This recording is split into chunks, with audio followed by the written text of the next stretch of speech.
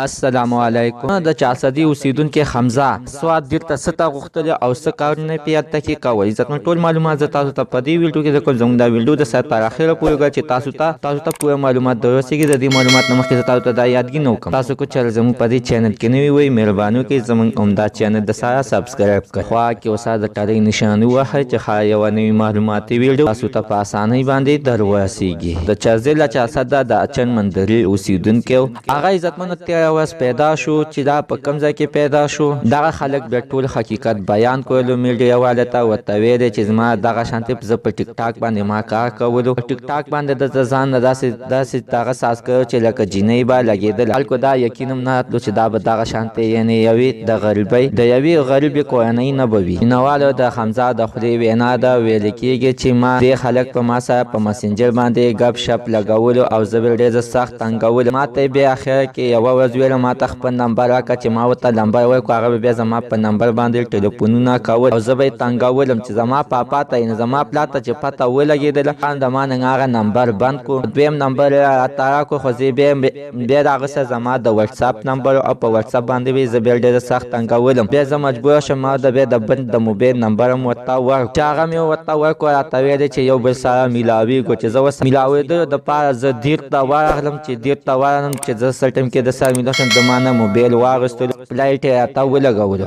او زما سیم یې ته نه ویستو او خپل سیم یې ور ولګولو. نه ما پسې به خپله کورنۍ ګرځي، خو هغه راته په جواب کې ویل چې د حال څه دی، زه ذمېوار یم، ته څه فکر مه کوه. څلور ورځې هغه سره وو، خو د دې علم موږ ته نشته چې څلور ورځې د سره دغه خلک د حمزه سره څه کارونه کړي دي، خو دغه وینا تر اوسه پورې نه ده کړې او مکمل تفصیلات هم تاسو ته موږ یو څو ورځې بعد د به بیان کړو. ځکه عزتمنو چې د ځان نه ورپسې خبرې نه شو کولی. موږ غواړو چې دغه بیان د ده موږ شیر کړو چې د هغه د خولې نه داسې الفاظ راووتل چې دغه خلک ورسره په دې څلورو ورځو کې څه کارونه کړي دي.